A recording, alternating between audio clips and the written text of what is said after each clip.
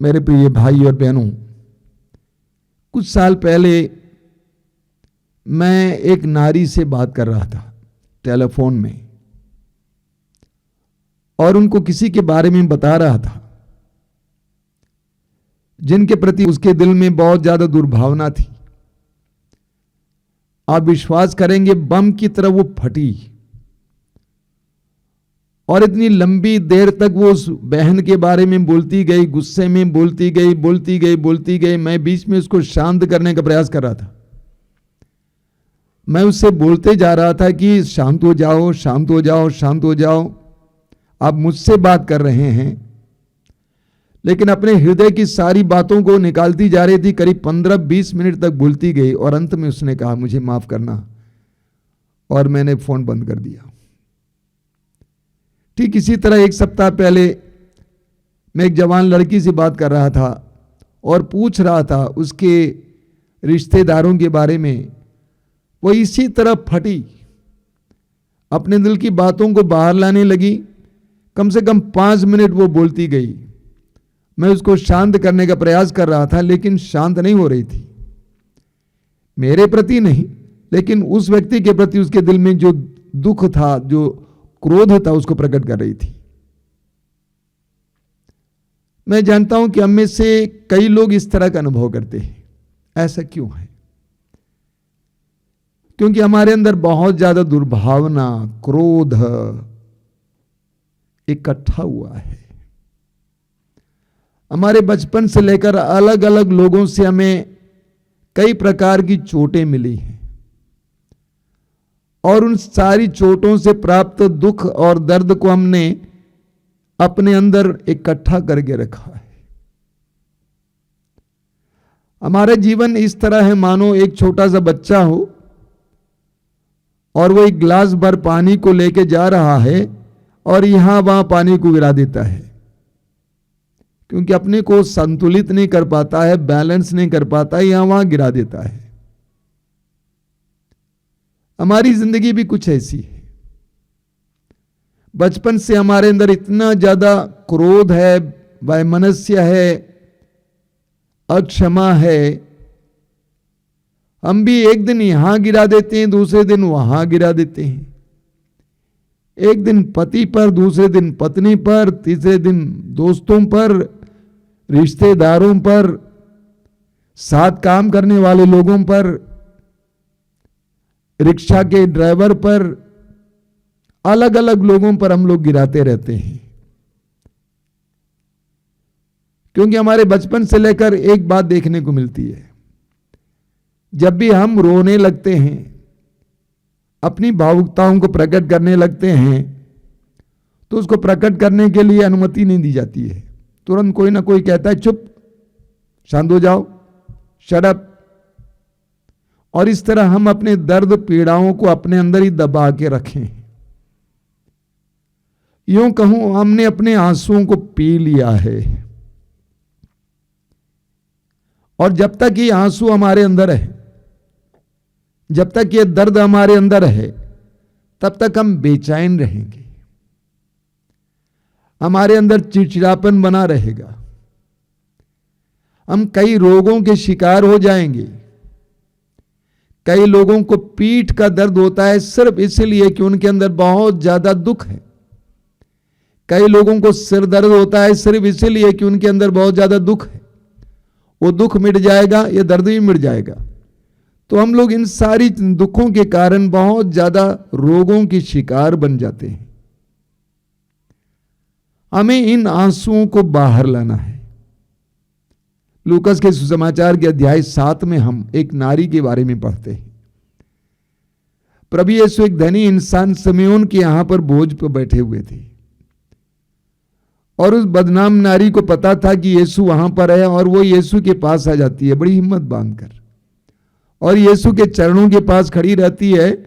सुसमाचार हमें बताते हैं कि वो इतना आंसू बहाई कि यीशु के दोनों पैर धुल गए। क्या हो रहा था? उन आंसुओं के जरिए उनका अतीत बह रहा था, उनकी दोष भावना बह रही थी, उनका दुख बह रहा था, उसके अंदर एक चंगाई हो रही थी, उसको स्वतंत्रता मिल रही थी, उसको आजादी मिल रही थी। ठीक इसी तरह सुसमाचार में हम पढ़ते हैं कि पेतरुस ने यीशु को 3 बार शपथ खाकर इनकार किया। उसने कहा, मैं शपथ खाकर कहता हूं कि मैं उसको नहीं जानता हूं।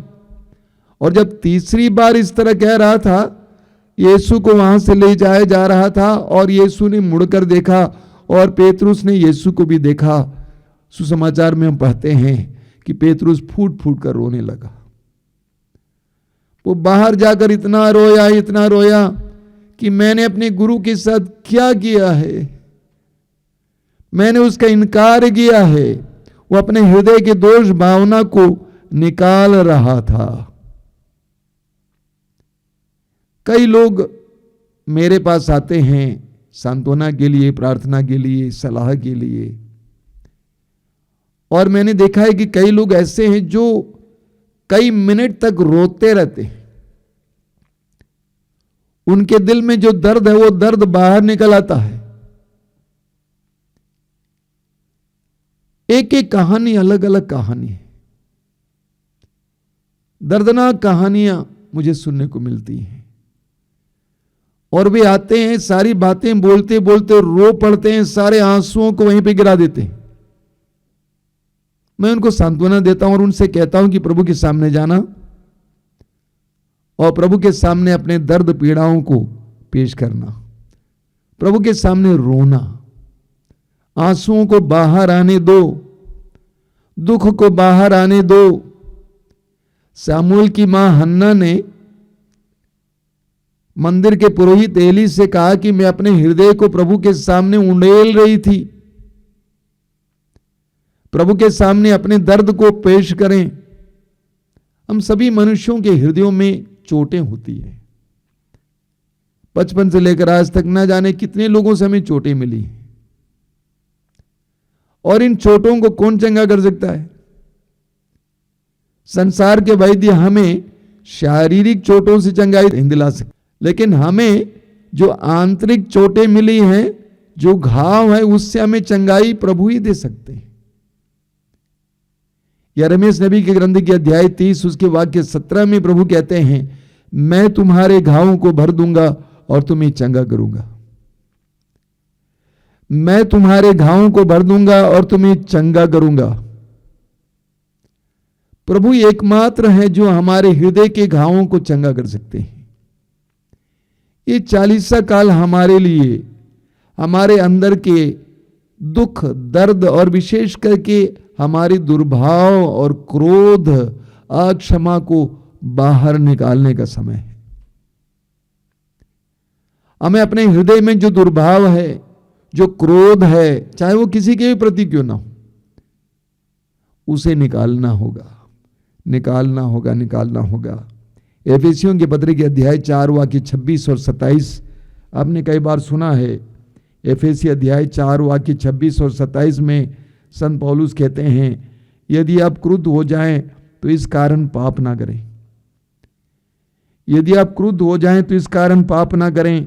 सूरज के डूबने तक अपना क्रोध कायम नहीं रहने दें। शैतान को अवसर नहीं देना चाहिए। पौलुस कहते हैं, क्रोधित होना, क्रोध करना स्वाभाविक है। इस संसार में कौन इंसान है जो कह सकता है मैंने कभी क्रोध नहीं किया है? हम सभी लोग कभी ना कभी क्रोध करते हैं, लेकिन पौलुस कहते हैं कि इसको पाप में परिवर्तित मत होने दें। सूरज के डूबने से पहले अपने क्रोध को शांत कर लें। पौलुस कहते हैं कि अगर उस क्रोध को अपने दिल में बनाए रखेंगे तो आप शैतान को अवसर देंगे। जब हम अपने हृदय में किसी के भी प्रति क्रोध बनाए रखते हैं तो हम शैतान के लिए आसन लगाते हैं और हम शैतान को चारा दे रहे हैं। कितने ही लोग ऐसे हैं जो एक ही छत के नीचे रहते हैं लेकिन कई दिनों से आपस में बात नहीं किए। एक भाई ने मुझसे कहा कि 19 साल से मैंने अपनी बहन से बात नहीं की। दिन नहीं बल्कि साल, कई सालों से बातें नहीं किए, क्रोध को बनाए रखें। जब हम अपने हृदय में क्रोध को बनाए रखते हैं तो हम शैतान को चारा दे रहे हैं और शैतान हमारे अंदर कार्य करने लगता है और उसका प्रत्यक्ष रूप हमारे चेहरे पर देखने को मिलता है, हमारे हाव भाव में देखने को मिलता है, हमारी बातचीत में देखने को मिलता है। कोई भी आपको छू दे तुरंत आप फट जाते हैं, क्योंकि आपके अंदर बहुत ज्यादा क्रोध भरा हुआ रहता है। और जब हमारे अंदर इस तरह क्रोध भरा हुआ रहता है, हम अंधे हो जाते हैं। संत योहन को सुनिए, योहन का पहला पत्र उसके अध्याय 2 में योहन क्या कहते हैं। योहन का पहला पत्र अध्याय 2 वाक्य 11 में योहन कहते हैं, परंतु जो अपने भाई से बैर करता है या जो अपनी बहन से बैर करता है वो अंधकार में है और अंधकार में चलता है, वह ये नहीं जानता कि वो कहां जा रहा है, क्योंकि अंधकार ने उसे अंधा बना दिया है। योहन कहते हैं जो अपने भाई या बहन से बैर करता है वो अंधकार में है, वो नहीं जानता है कि वो कहां जा रहा है। यानी क्रोध हमें अंधा बना देता है और उस समय हम क्या बोलते हैं, हमारी क्या भाषा है, हम क्या करते हैं, इसका कोई अंदाज नहीं होता है। आदम और हेवा का पुत्र काइन अपने एकमात्र भाई हाबिल की हत्या की। क्रोध में आने पर इंसान अंधा हो जाता है और वो क्या करता है उसे पता नहीं चलता है। बनारस के पास एक जगह है जहां पर हमारी एक संस्था है। कई वर्ष पहले की बात है, वहां पर 2 भाई काम कर रहे थे खेत में, आपस में झगड़ा हुआ, खेत में फावड़े से काम कर रहे थे। इतना ज्यादा गुस्सा हो गया कि एक ने फावड़ा उठाया, दूसरे के सर को काट दिया, उसी जगह पर वो गिरकर मर गया। तो क्रोध हमें अंधा बना देता है, हम क्या करते हैं इसका अंदाज नहीं रहता है। हमारे हृदय को ईश्वर ने क्रोध के लिए नहीं बनाया है, हमारे हृदय को ईश्वर ने प्रेम के लिए बनाया है। पूरी बाइबल हमें बताती है कि ईश्वर प्रेम है और ईश्वर ने हमें अपना प्रतिरूप बनाया, यानी हमारे हृदयों को प्रेम के लिए बनाया गया है।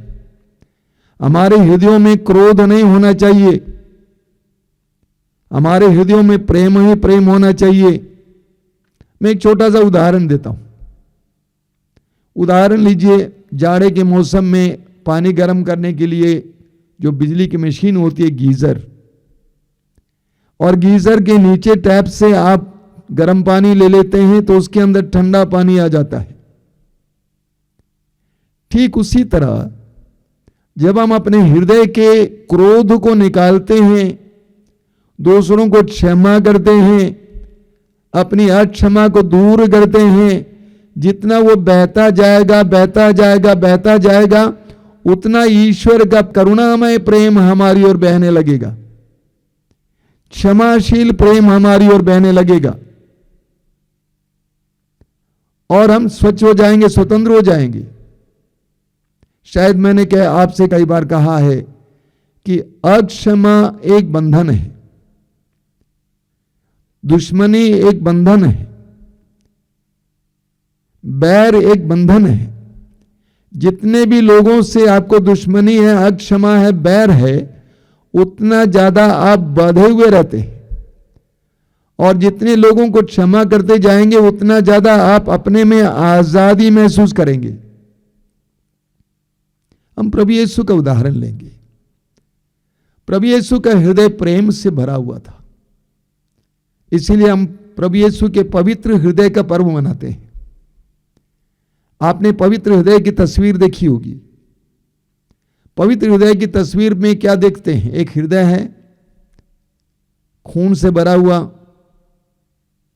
और उसमें से आग की लपटें निकल रही हैं, उसके चारों ओर कांटों का मुकुट है, ये किस बात का प्रतीक है? ईश्वर के असीम प्रेम का प्रतीक है। प्रभु यीशु का हृदय प्रेम से भरा हुआ था। इसीलिए जब प्रभु यीशु को दुख दिया जा रहा था उस समय प्रभु यीशु के हृदय से क्रोध नहीं निकला। देखिए वचन में क्या लिखा हुआ है। पेतरुस कहते हैं, पहला पेतरुस अध्याय 2 उसके वाक्य 22 और 23 वचन में लिखा हुआ है, उन्होंने कोई पाप नहीं किया और उनके मुख से कभी छल कपट की बात नहीं निकली। जब उन्हें गाली दी गई तो उन्होंने उत्तर में गाली नहीं दी, और जब उन्हें सताया गया तो उन्होंने धमकी नहीं दी। उन्होंने अपने को उस पर छोड़ दिया जो न्यायपूर्वक विचार करता है। यीशु के ऊपर अत्याचार हुआ, लेकिन उस अत्याचार के समय यीशु से घृणा नहीं निकला। ठीक इसके विपरीत यीशु से प्रेम निकला। यीशु ने कहा कि हे पिता इन्हें क्षमा कर, क्योंकि ये नहीं जानते क्या कर रहे हैं।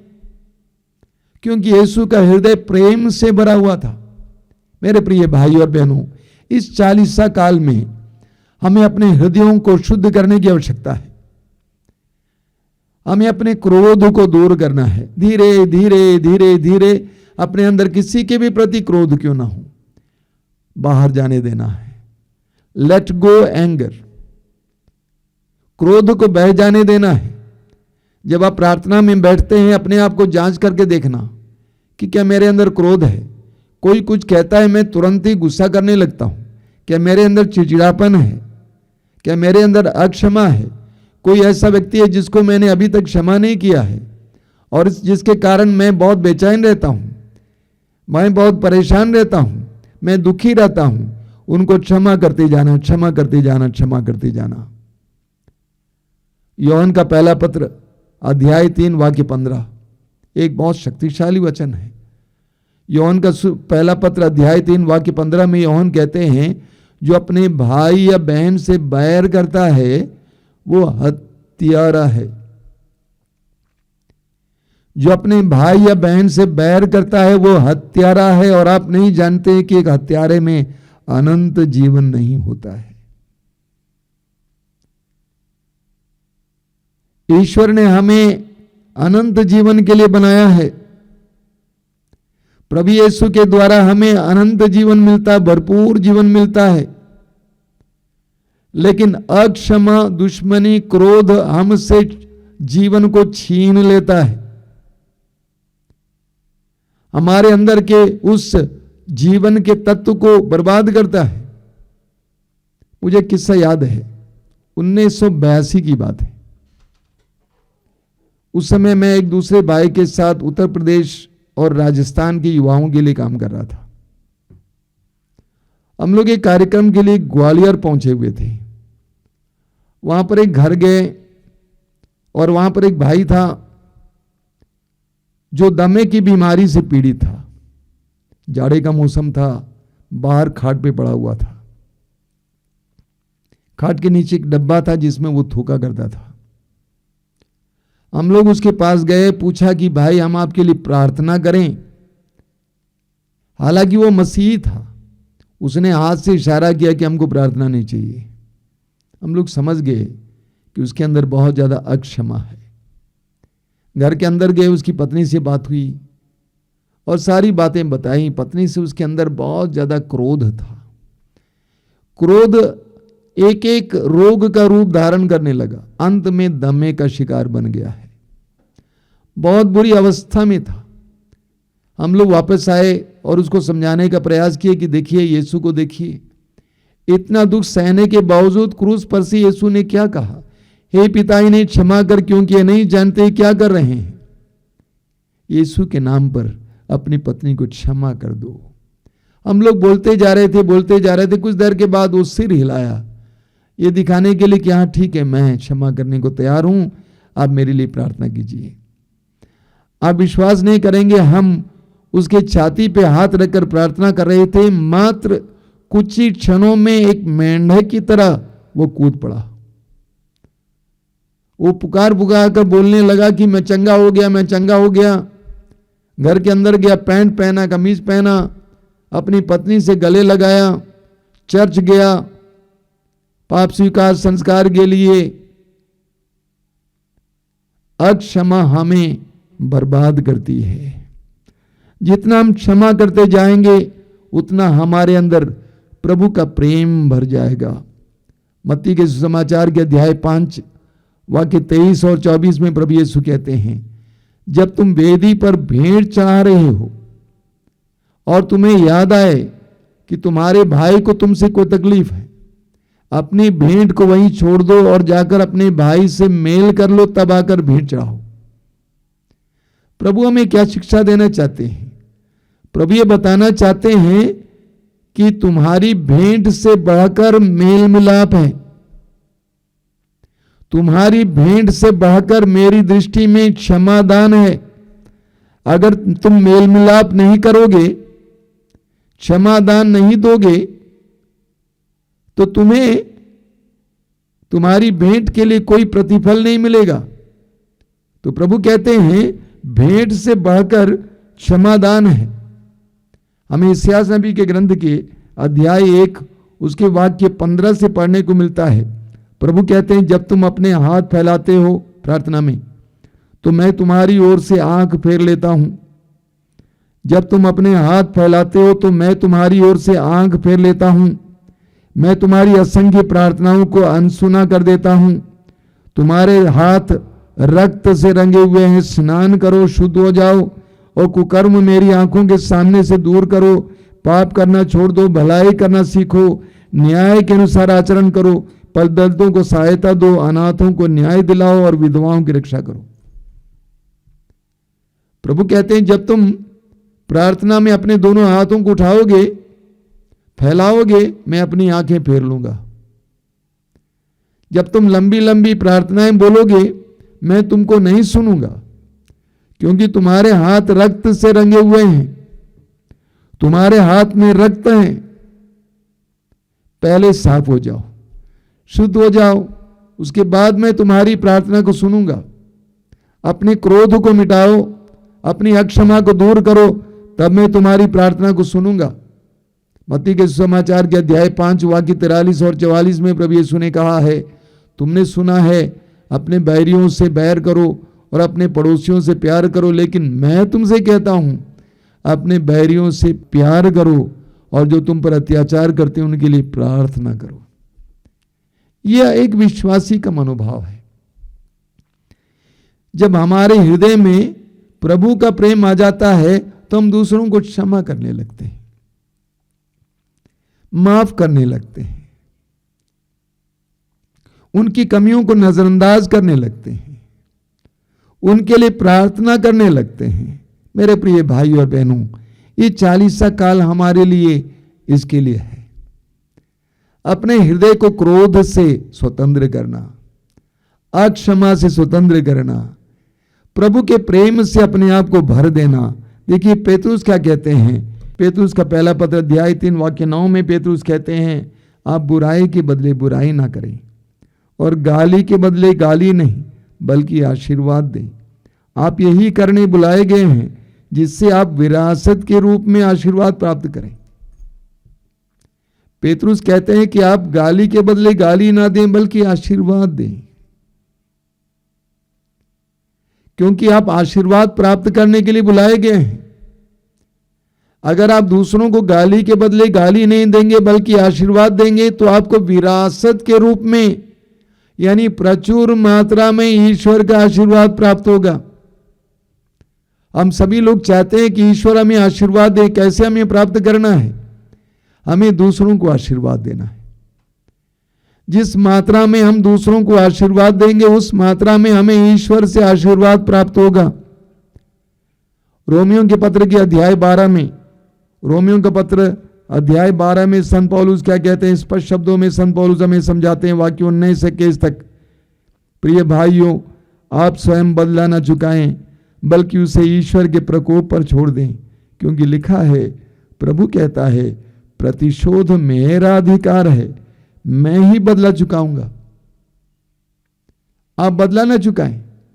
प्रभु कहते हैं मैं ही बदला चुकाऊंगा। आगे पौलुस कहते हैं, यदि आपका शत्रु भूखा है तो उसे खिलाएं, यदि वो प्यासा है तो उसे पिलाएं, क्योंकि ऐसा करने से आप उसके सर पर जलते अंगारों का ढेर लगाएंगे। आप लोग बुराई से हार ना माने, बल्कि भलाई द्वारा बुराई पर विजय प्राप्त करें। यीशु के शिष्य यीशु की तरह ईश्वर के प्रेम के साक्षी बनने के लिए बुलाए गए, और हमें भी हर समय अपने हृदय से दूसरों को प्रेम देने की आवश्यकता है। मैंने कई लोगों को देखा है जो बहुत ज्यादा टेंशन में है, तनाव में है। एकमात्र कारण क्षमाहीनता है। जब आप दूसरों को क्षमा करते जाएंगे, आपके अंदर का तनाव समाप्त होता जाएगा, आप स्वतंत्र होते जाएंगे। ये 40 काल हमारे लिए स्वतंत्र होने का समय है। हृदय खोलकर सबको क्षमा करते जाइए, हृदय की गहराई से सबको क्षमा करते जाइए। आपके अंदर जो क्रोध भरा पड़ा है, जो अक्षमा भरी पड़ी है, जो बैर भरा पड़ा है, उसको जाने दीजिए। रात को सोने से पहले बैठ जाइए, पता लगाइए किन किन लोगों के प्रति मेरे दिल में क्रोध है। जाने दीजिए, जाने दीजिए, जाने दीजिए, और ईश्वर के करुणामय प्रेम को आपकी ओर बहने दीजिए, क्षमाशील प्रेम को आपकी ओर बहने दीजिए। आइए हम प्रार्थना करें।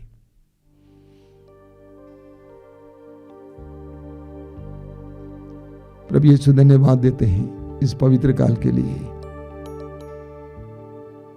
तू हमें आह्वान करता है कि हम भी अपने हृदय को तेरी तरफ प्रेम से भर लें। हमारे हृदय दुख, पीड़ा, हिंसा, क्रोध, बैर, दुश्मनी, अक्षमा से भरा हुआ है,